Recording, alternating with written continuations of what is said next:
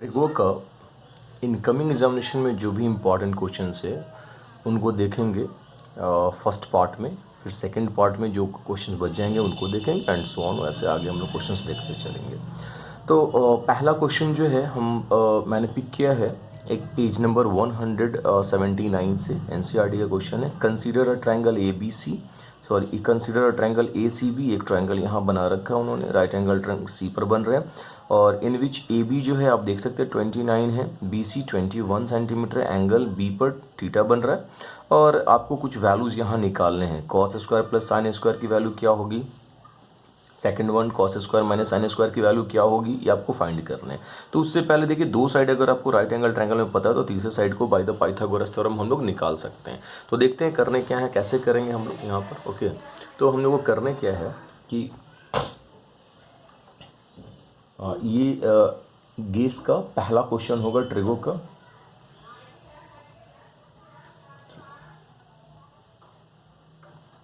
ठीक है, और ये 2021 एग्ज़ाम के लिए वेरी वेरी इंपॉर्टेंट क्वेश्चंस में से होंगे ये सारे क्वेश्चन जो भी हम लोग अभी करने जा रहे हैं। ओके, तो इनमें हम लोग देख लेते हैं क्वेश्चन नंबर 1 को। मैंने जो बहुत बताया अभी क्वेश्चन आप यहाँ देख सकते हैं, साइड में आपको क्वेश्चन दिख रहा होगा। ओके, तो मैंने यहाँ से क्वेश्चन ले लिया।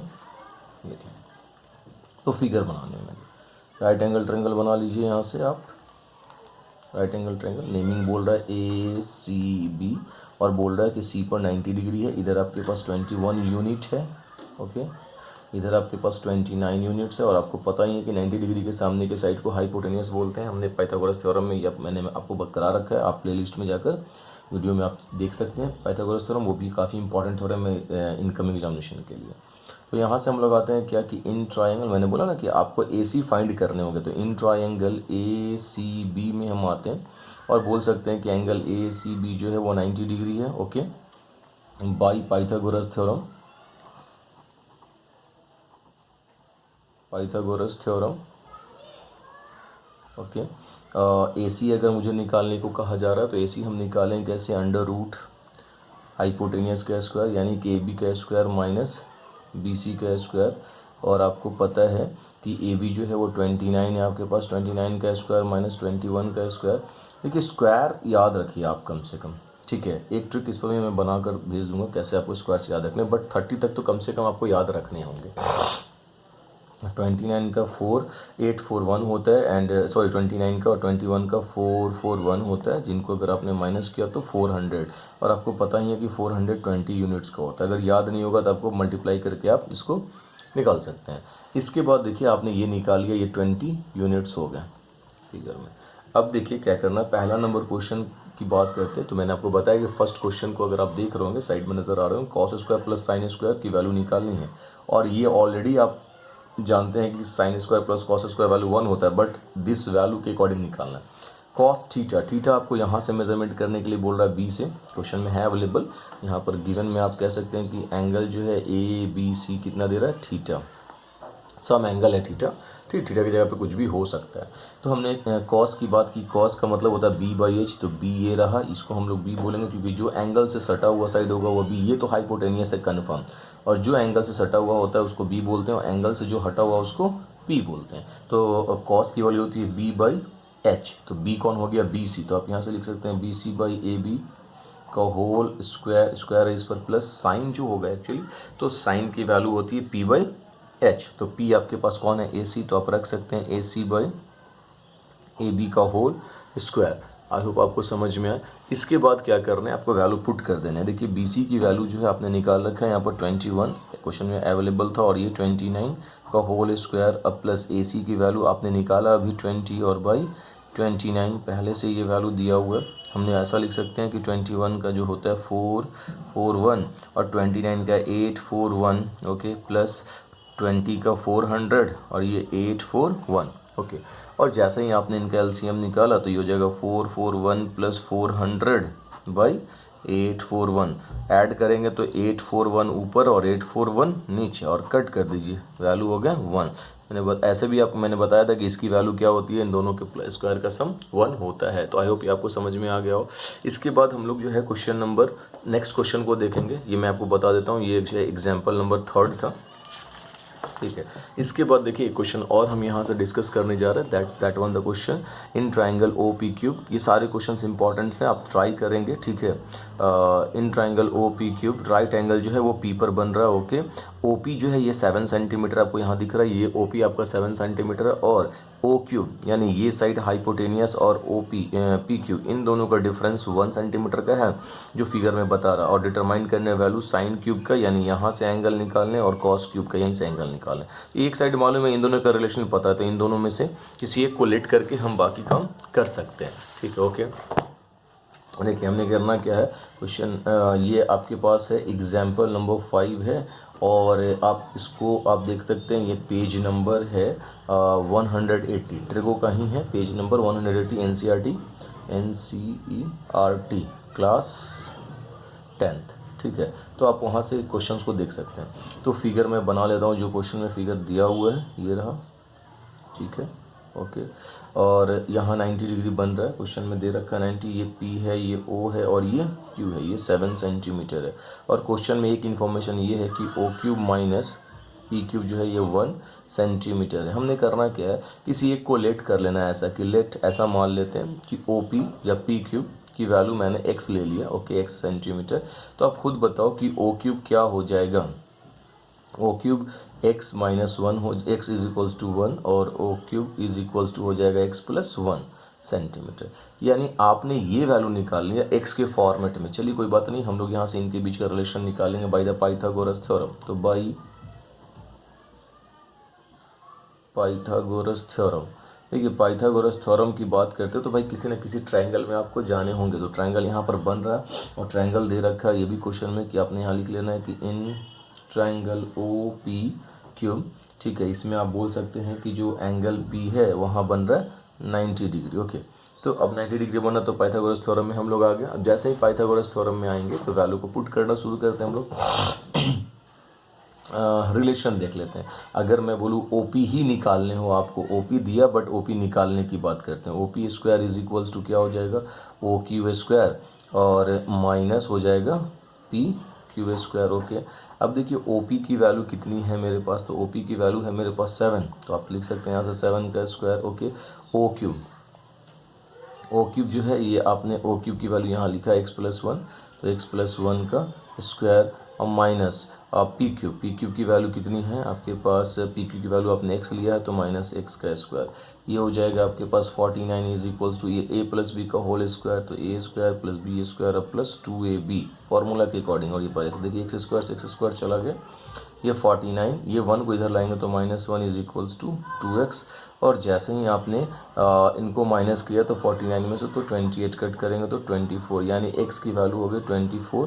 x आपने लेट क्या किया था, पी क्यू को लेट किया था, दैट मीन्स आप कह सकते हैं यहाँ से कि पी क्यू आपके पास हो गया 24 सेंटीमीटर, एंड ओ क्यूब जो है वो आपके पास था x प्लस 1 था, यानी 24 प्लस 1, दैट मीन्स आपकी वैल्यू हो गई 25 सेंटीमीटर, ओके। यानी आपके पास सब निकल कर आ गया। ये वैल्यू जो है एक्चुअली यहाँ से इसको हम लिख सकते हैं, ये आपके पास 25 सेंटीमीटर हो गया, ये 24 सेंटीमीटर हो गया। आपको यहाँ से निकालना है एंगल, यहाँ से, तो यहाँ से निकालेंगे तो ये हो जाएगा b, बिल्कुल ये हो जाएगा आपका p, और ये तो h रहेगा, इसमें कोई चेंजिंग नहीं है। तो पहला जो आंसर इसमें निकालना है वो साइन क्यूब का निकालना, ओके। तो sine cube is equals to, जैसे ही आप यहाँ से देखेंगे तो ये हो जाएगा आपका p बाई एच, यानी o बाई ओ क्यूब, और आपके पास PO 7 है और वो 25 है। तो चलिए भाई एक आंसर तो यहाँ पर आपका हो गया। इसके बाद दूसरा आंसर आपको क्या करना है, दूसरा निकालना कॉस क्यूब। तो कॉस की जो वैल्यू होती है b बाई एच होती है, और देखिए b कहाँ है, b ये रहा आपके पास PQ, और h कौन रहा, ओ क्यूब। तो आप यहाँ से रख सकते हैं PQ बाई ओ क्यूब, और PQ की वैल्यू जो है आपके पास पता है 24, और दैट मीन्स 25 सेंटीमीटर। ये आपका दूसरा आंसर हो गया। आई होप आपको ये समझ में आ गया हो, ठीक है। इसके बाद हम लोग जो है एक दो क्वेश्चंस और देखते हैं इस वीडियो में, ओके।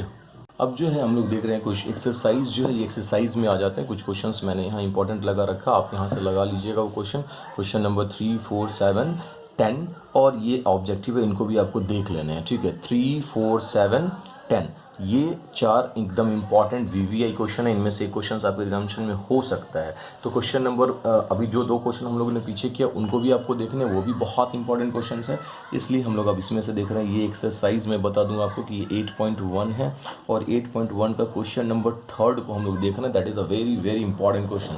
यहाँ से देखिए क्या क्या रखा है कि इफ़ साइन ए की वैल्यू 3/4 है, कैलकुलेट कॉस ए और टैन ए, ये 2 वैल्यू आपको निकालना है। देखिए आपके पास इंफॉर्मेशन ये है कि इफ़, मैं यहाँ लिख दूँ इफ़, यहाँ से देखिए साइन ए की वैल्यू बोल रहा है कि 3/4 है, तो आपको पता करना है किसका, कॉस ए की वैल्यू क्या होगी और टैन ए की वैल्यू क्या होगी। ओके, तो जैसे साइन की बात करते तो साइन का मतलब होता है, आपने पढ़ा होगा, आपको याद होगा कि साइन थीटा जो होता है वो p/h होता है।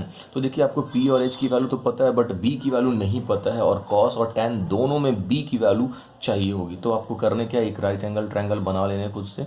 एक राइट एंगल ट्रायंगल बना लेने के बाद जो है आप इसके नेमिंग कर दें यहाँ से ABC। आप इसका एक चीज़ का ख्याल रखिएगा, जब आपने ABC रखा है और यहाँ पर साइन A बोल रहा है तो A को कभी भी 90 डिग्री पर आपको शो नहीं करने हैं, यानी एंगल आपको यहाँ से मेजरमेंट करना है। ओके, तो आप देखिए आप यहाँ से ऐसा कह सकते हैं कि एक लाइन लिख लूँ मैं, let ABC is a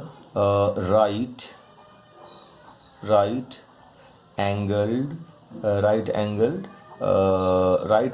triangle, okay, in which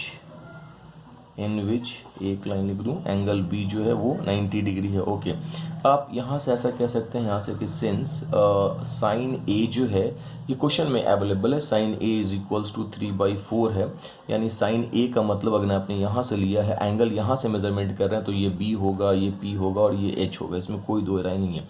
और साइन की वैल्यू होती है p/h, तो p हो जाएगा bc, तो bc/h का मतलब ac is equals to 3/4। Okay, ये रेशियो में है तो इसकी वैल्यू को कुछ ना कुछ आपको लेट कर लेना है। BC की वैल्यू आपने लेट कर लेनी है, BC is equals to 3K and AC is equals to 4K, क्योंकि ये सिंपलेस्ट फॉर्म में है, इसलिए आपने यहाँ पर कुछ ना कुछ रेशियो वाला याद कीजिए। कभी कहीं रेशियो होता है तो उनको हम कुछ ना कुछ लेट कर लेते हैं, कांस्टेंट वहाँ K, X, A, B, C, D कुछ भी लेट कर लेते हैं, बट आपने यहाँ पर K रख लेना है। ओके, तो फिर हमने करना क्या कि इन ट्राइंगल ABC में आ जाने और आपको बताने हैं कि एंगल B 90 डिग्री है। एकदम आसान सा, 2 लाइन के बाद हो जाएगा। By Pythagoras theorem, Pythagoras theorem की अगर हम बात करते हैं तो पाइथागोरस थ्योरम में हमने जो है रिलेशन देख लेना है कि भाई देखिए आपके पास BC पता था, आपको BC कितना है आपके पास 3K। ओके, आपने यहाँ लेट किया 3K, और आपको AC भी पता है कितना है भाई, AC आपके पास है 4K। तो आपको AB निकालने हैं, तो हमने यहाँ से AB अगर निकालना हो तो अंडर रूट AC का स्क्वायर माइनस BC का स्क्वायर, और आप कह सकते हो कि सर AC जो है एक्चुअली वो कितना है, AC 4K है, तो आप कह सकते हैं ना यहाँ से 4K का स्क्वायर माइनस 3K का स्क्वायर, जो आपने लेट किया मैं उसी वैल्यू को यहाँ रख रहा हूँ। ओके, अब देखिए यहाँ से हम लोग रखते हैं 4 का हो गया 16, ये हो जाएगा K square minus 9K square, और दोनों को माइनस करें तो 16 में से 9 जाएगा तो 7K स्क्वायर। देखिए 7 तो रह जाएगा अंदर, बाहर नहीं निकल सकता, बट K को हम बाहर निकाल सकते हैं। तो ये वैल्यू आपकी निकल कर आ गई, किसकी, AB की वैल्यू निकल कर आ गई। अब आपको 2 में चाहिए, आपको कॉस चाहिए और टैन चाहिए, कोई फ़र्क नहीं पड़ता। आप यहाँ से लिख सकते हैं कि कॉस A की वैल्यू, अब देखिए कॉस होता है B/h, और मैंने आपको बताया B कौन हो जाएगा, AB।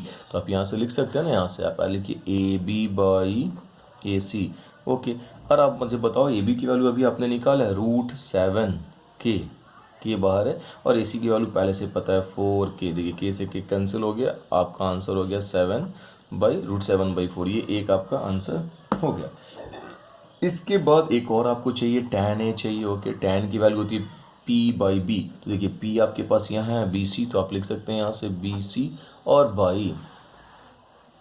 BC आप कह सकते हैं AB, और BC की वैल्यू आपके पास है 3K, और AB की वैल्यू आपने निकाला है √7K, K से K कैंसिल हो गया, 3/√7, दैट इज़ योर आंसर।